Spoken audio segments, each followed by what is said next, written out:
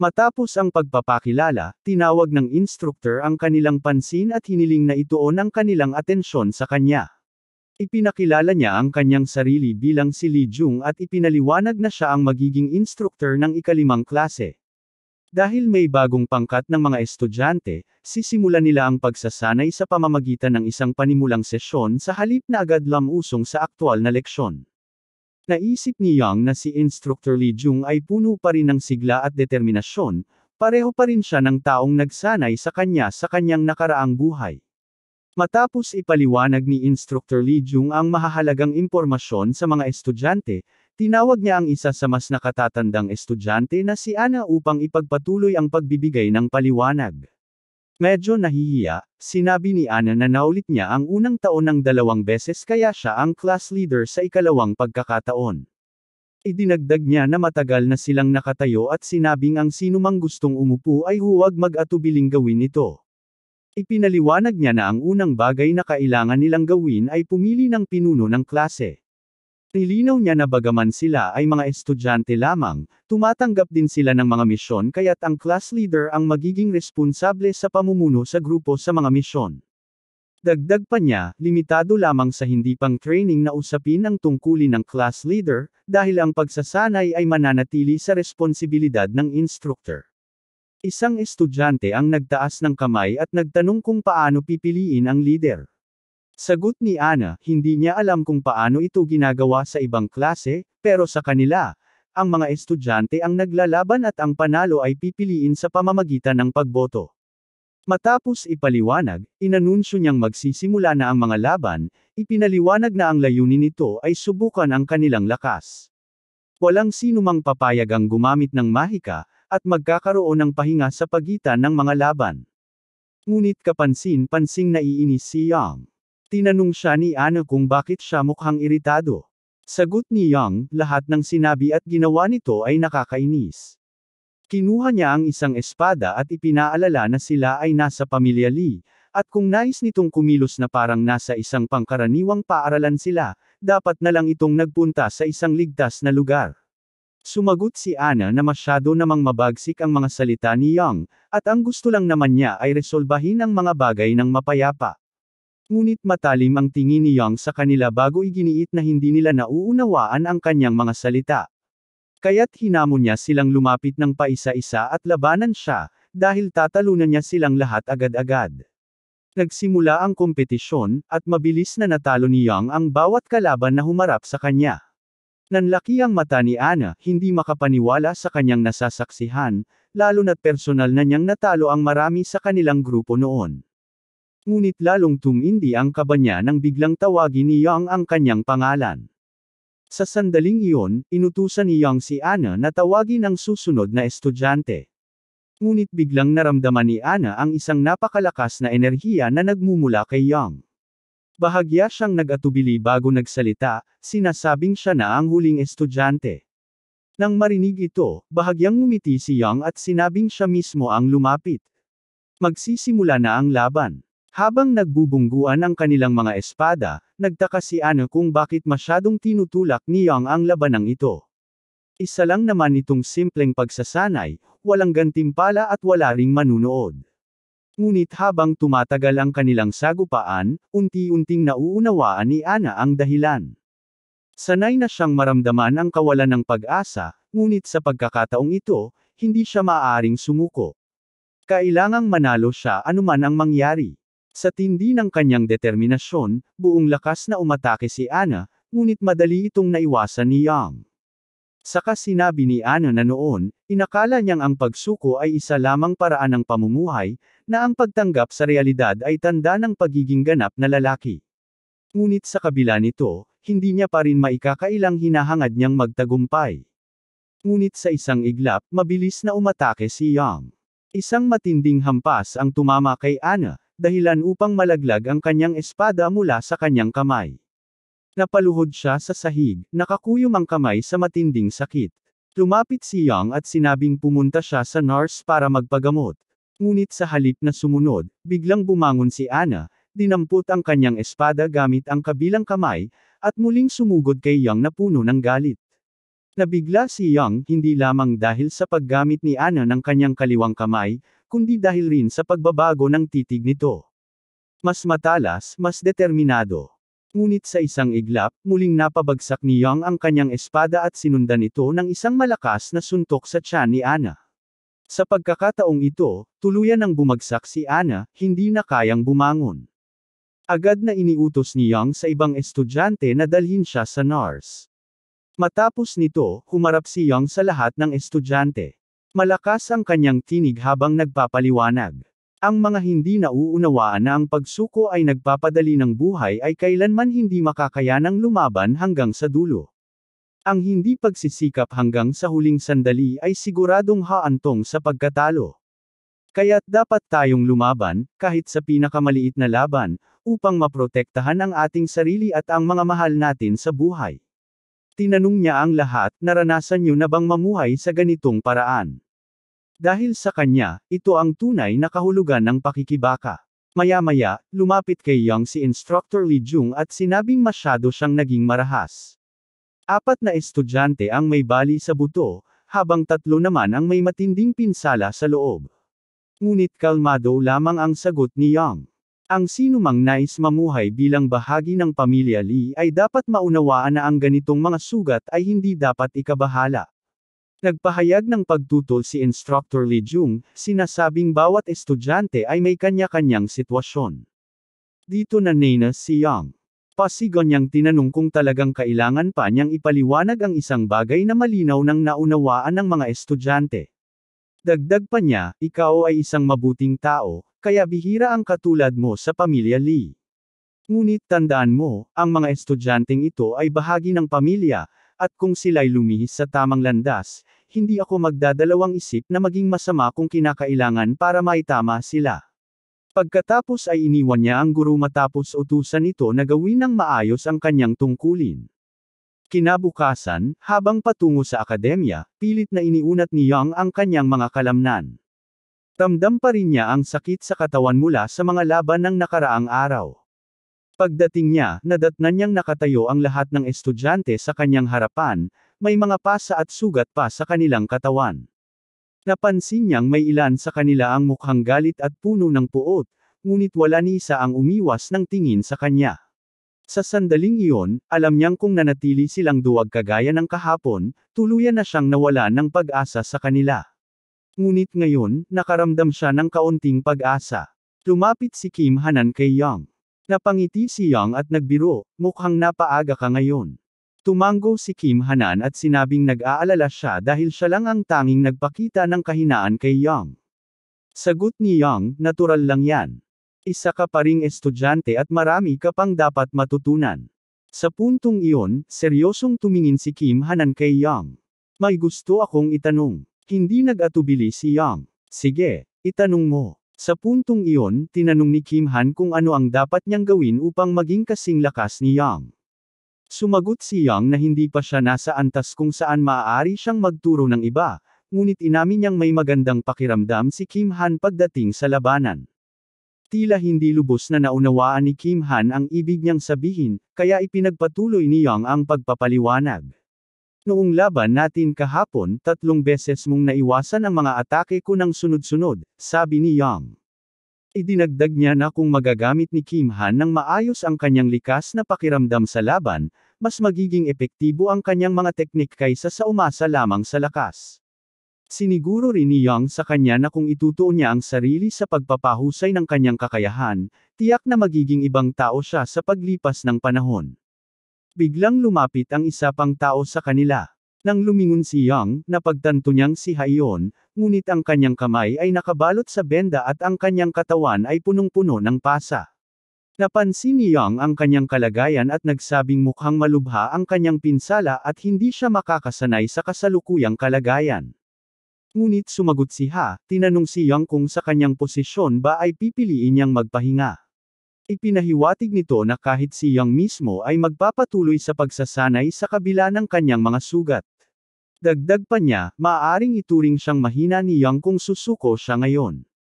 Muli siyang nagsalita, narito ako ngayon dahil ayokong marinig muli ang mga salitang sinabi mo sa akin kahapon. Nang marinig ito, labis na natuwa si Yang. Napagtanto niyang malaki na ang ipinagbago ni Ha. Maya-maya, tinawag ni Coach Lee Jung ang lahat ng estudyante upang magtipon. Inanunsyo niya na may 4 na estudyanteng may wastong dahilan ng kanilang pagliban, habang 5 naman ang hindi nagpakita ng walang paliwanag, kaya 11 estudyante lamang ang natira. Nang tiningnan niya ang kanilang kalagayan, hindi niya napigil ang makaramdam ng awa. Halatang pagod na pagod ang lahat. Ang buong atmosfera ay lubos nang nagbago, at ang dahilan ng lahat ng ito ay isang tao lamang. Ipinahayag ni Coach Lee Jung na ang orihinal na plano para sa araw na iyon ay isang pangunahing pagtatasa. Ngunit dahil sa kanilang kasalukuyang kalagayan, nagpasya siyang gumawa ng kaunting pagbabago. Agad na magsisimula ang pagsusuri. Matapos ang ilang oras, natapos ang pisikal na pagtatasa. Lahat ng estudyante ay halos hindi na makatayo dahil sa matinding pagod. Inihayag ni Coach Lee Jung na si Yang ang manggaguna sa kanilang individual na pagsasanay. Habang nag-iisip si Yang, napagtanto niyang umabot ng 10 oras ang kanilang pagsusuri. Pati siya mismo ay nakaramdam na rin ng pagod, ngunit alam niyang hindi siya maaaring magpahinga. Kalaunan, habang paakyat sa hagdan, narinig ni Yang ang bulungan ng mga estudyante. Napansin nilang tila iba ang kilos niya ngayong araw. Nagtaka sila kung bakit hindi man lang niya sila binigyan ng pahinga, lalo na't marami sa kanila ang nasaktan kahapon. Ngunit agad niyang tinawag ang kanilang pansin, sinabihan silang mag-focus. Sa puntong ito, dapat alam niyo na kung sino ako, wika niya. Gaya ng sinabi ni Ha kahapon, ang lider ng klase ang may buong kapangyarihan sa lahat ng bagay, maliban sa direktang utos ni Coach Lee Jung. Ipinaalam din niya sa kanila na magiging matindi ang kanyang pagsasanay. Dahil dito, kung sino man sa inyo ang naniniwalang kaya niya itong tiisin, lumapit kayo. Ngunit tandaan niyo, wala akong balak tanggapin ang mga hindi kayang makasabay. Isang estudyante, si Kim Song, ang mukhang hindi natuwa sa kanyang sinabi. Ngunit ipinagpatuloy ni Yang ang kanyang pahayag. Kung may sino man sa inyo ang tumututol sa pagiging leader ko, malaya kayong hamanin ako kahit kailan. Kung may makakapagpatama sa akin ng isang solidong suntok o atake, kusa kong isusuko ang posisyon ko. Matapos nito, tinapos niya ang usapan. Hindi ko na uubusin ang oras natin sa pagsasalita. Magsisimula na ang pagsasanay. Ang bawat isa sa inyo ay haharap sa estudyanteng nasa tabi ninyo. Lumipas ang oras, at nang matapos ang pagsasanay, inanunsyo ni Yang na 6 lamang sa kanila ang nakatagal, habang ang iba ay sumuko sa kalagitnaan ng pagsasanay. Tama na para sa ngayon. Pwede na kayong umalis, aniya. Ngunit kahit tapos na ang araw, may ilan pa ring estudyanteng hindi nasisiyahan sa paraan ng kanyang pagtuturo.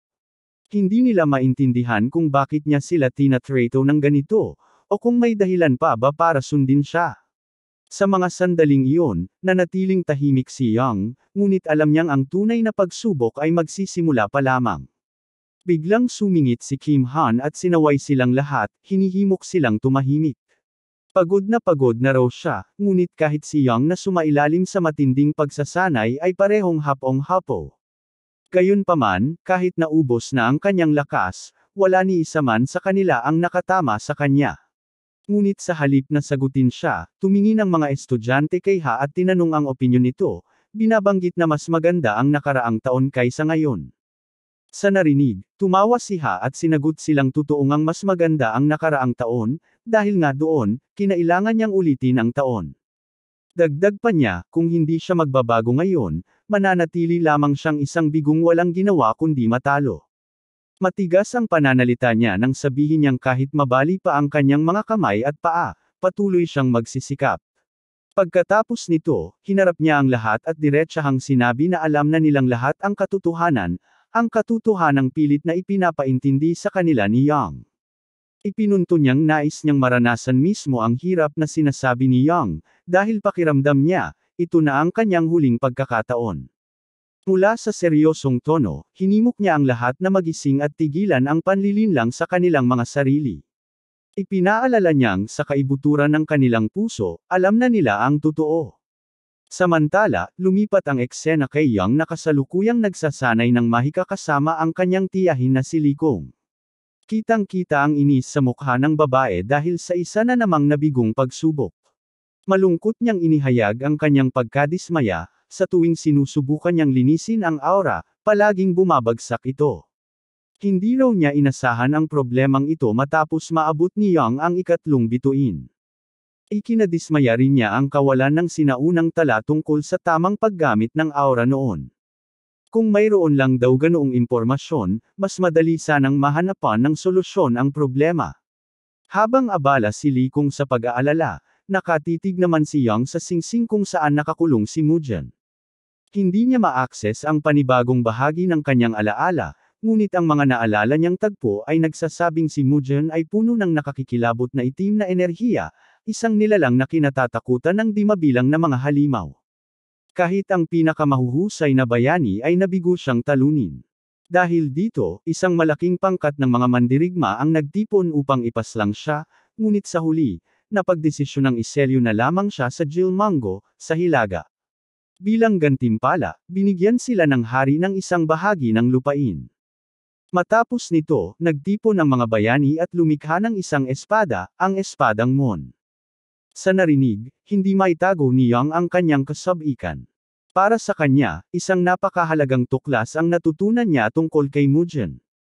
Maya-maya, lumapit si Leong kay Young at sinabi niyang kamangha-mangha ang bilis ng kanyang pag-unlad, umabot na siya sa yugto ng aura, at ngayon, nakapagsisimula na siyang hakbangin ang landas patungo sa tatlong bituin sa sarili niyang pagsisikap. Tiniyak niyang malapit na nilang maresolba ang problemang kinakaharap nila at idinagdag na ngayon ay tuluyan ng napag-aralan ni Young ang parehong amplification at multiplication techniques. Sa puntong ito, tinanong ni Young kung ano ang susunod na hakbang matapos marating ang ikatlong bituin. Ipinaliwanag ni Leong na sa antas na iyon, magkakaroon siya ng kakayahang gumamit ng mga aura techniques, ngunit paglilinaw niya, matagal bago ito ganap na mapag-aralan. Pagkatapos, tinanong niya ang tungkol sa pagsasanay ni Young sa akademya, napapansin niyang tila mas pagod ito kaysa dati. Napabuntong hininga si Young bago sumagot, wala naman daw talagang bagong nangyari. Napangiti si Leong at sinabing kung nahihirapan na siya, handa siyang tumulong. Sa kanyang pagtataka, nagtanong si Young kung paano siya matutulungan ito.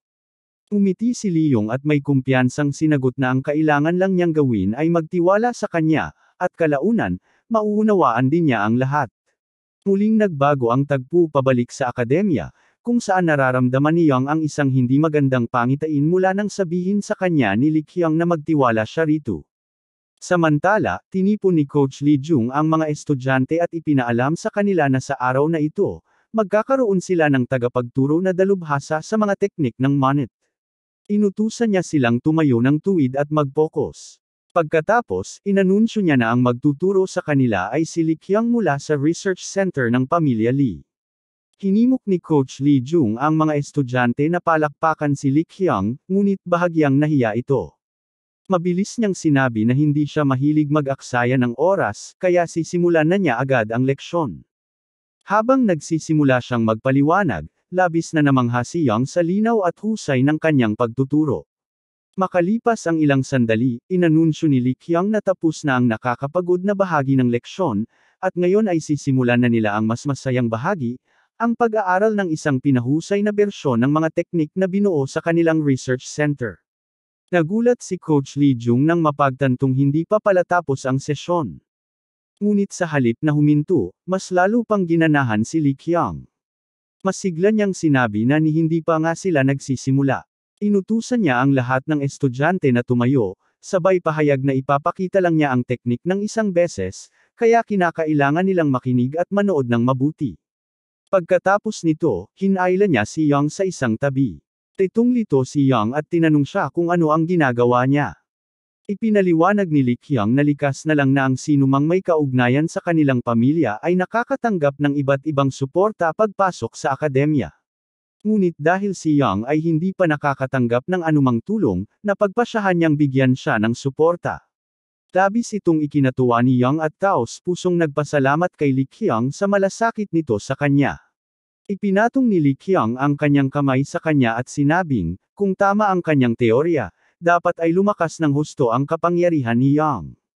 Maya-maya pa, muling tinawag ni Coach Lee Jung ang mga estudyante. Ipinahayag niya na oras na upang ipatupad ang mga natutunan nilang teknik sa isang sparring match. Inutusan niya ang bawat isa na pumili ng kanilang magiging kalaban.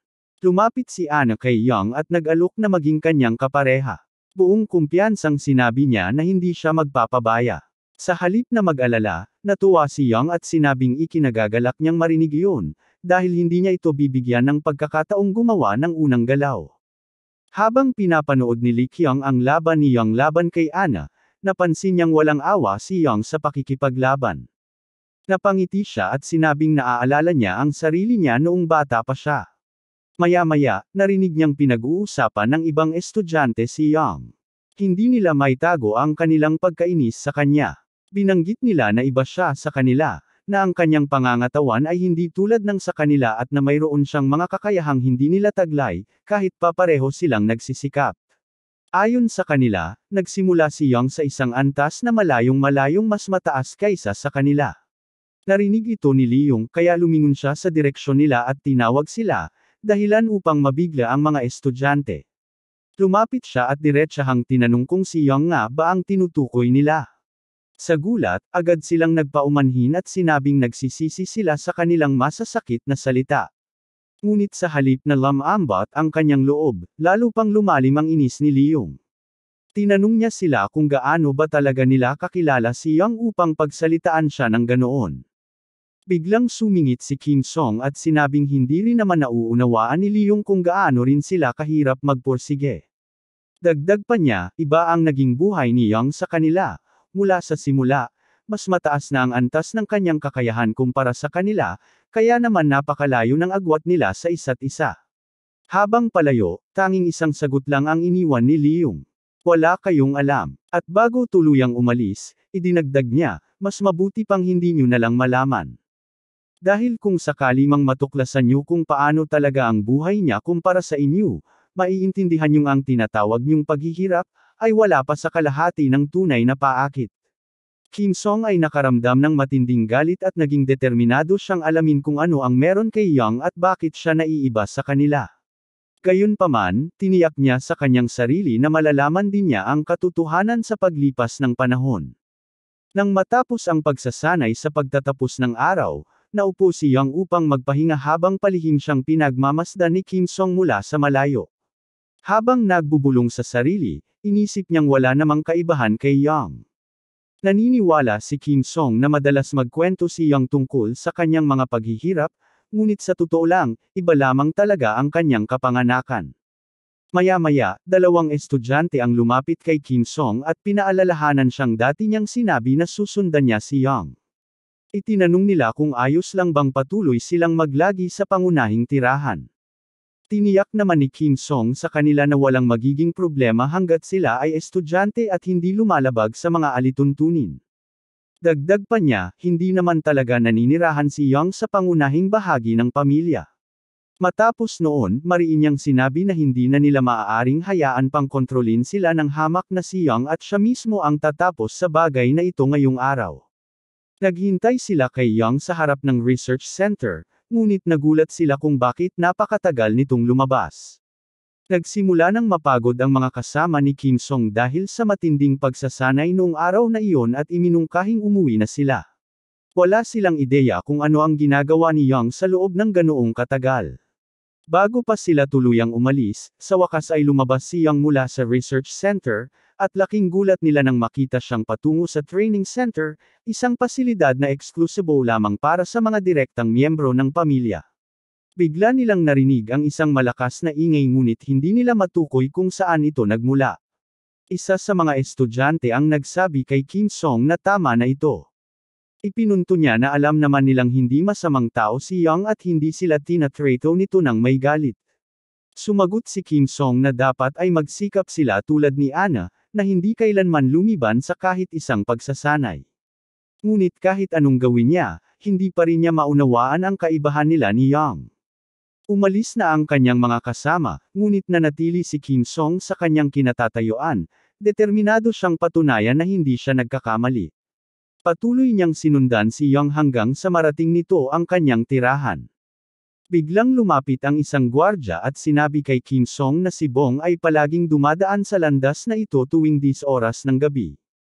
Hindi lang niya inasahan na may kasama siyang ibang estudyante ngayon. Napanganga si Kim Song nang mapagtanto niyang ginagawa pala ito ni Young gabi-gabi. Napaisip siya kung ano ba talaga ang ginagawa ni Young sa lugar na iyon sa ganoong oras. Subalit, bago pa siya makapagtanong, sinabi ng gwardya na sa normal na sitwasyon, maaaring ituring itong paglabag sa mga patakaran. Gayunpaman, palalampasin na muna niya ito sa pagkakataong ito at pinayuhan siyang bumalik na sa kanyang silid bago pa mahuli ang lahat. Bago tuluyang umalis, tumingin si Kim Song sa tirahan ni Young at napansin niyang bukas pa rin ang ilaw kahit lampas 2:00 na ng madaling araw. Napagtanto niyang hating gabi na at masyado nang late kaya nagpasya siyang bumalik na rin. Kinabukasan, nagising si Kim Song bandang 5:00 ng umaga na may matinding sakit ng ulo, bunga ng pagpupuyat kagabi. Lumabas siya upang maglakad-lakad at laking gulat niya nang makita si Young na nakaupo sa harapan niya, mukhang pagod na pagod. Napaisip siya, kahit pa sabihin nating ipinanganak si Young na may malakas na pangangatawan at walang katapusang supply ng mana dahil sa kanyang dugong nagmula sa pamilya Lee, normal lang ba na matulog lamang siya ng 3 oras bawat araw? Samantalang siya mismo, kapag umuuwi, nagpapahinga pa siya, nanonood ng TV o naglalaro ng mga laro bago magsanay mag-isa. Lagi siyang may balanse sa pagitan ng pahinga at kasiyahan. Nilapitan niya si Young, na tila naguguluhan sa presensya niya, at tinanong siya kung ano ang ginagawa niya rito ng maaga. Sa halip na sumagot ng diretso, nagtanong si Kim Song kung hindi ba siya napapagod sa ginagawa niya.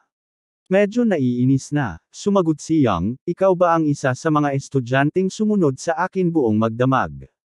Diretsahang inamin ni Kim Song na sinundan nga niya si Young. Dagdag pa niya, may natatanggap itong suporta dahil isa siyang direktang inapo ng pamilya, kaya naman nagsimula siya sa isang ganap na naiibang posisyon kumpara sa kanilang lahat. Sumagot si Young na ganito na siya namuhay simula pagkabata. Bagaman mas mahaba ang oras ng kanyang pagtulog bago siya sumali sa akademya, hindi naman ito nagbago ng anuman. Pagkatapos, sinagot niya ang tanong ni Kim Song, kinumpirma niyang syempre, pakiramdam niya ay labis siyang pagod. Nagtanong si Kim Song kung bakit niya pinahihirapan ang sarili ng ganoon, ngunit sa halip na sumagot ng direkta, ipinatong lang ni Young ang kamay sa kanyang balikat at sinabing alam na niya ang sagot sa tanong na iyon. Pagkatapos noon, umalis na si Young, habang si Kim Song ay naiwan sa malalim na pag-iisip, pinanghihinaan ng loob at naiinis sa kanyang sarili. Nagbago ang eksena kay Jae Lee, na kasalukuyang nasa gitna ng kanyang pagsasanay. Dumating ang kanyang assistant at inabot ang mga dokumentong hiniling niya. Kinuha ito ni Jae Lee at sinimulang basahin ngunit hindi siya nasiyahan. Sinabi niyang hindi sapat ang impormasyong nakalagay doon.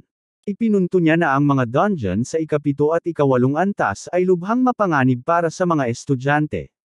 Dagdag pa niya, maaaring mapalitan ang mga sandata at supply, ngunit ang buhay ng mga tao ay hindi. Ipinahayag niya na ang kanyang layunin ay ihanda ang mga individual upang makaligtas sa pinakamatitinding kondisyon.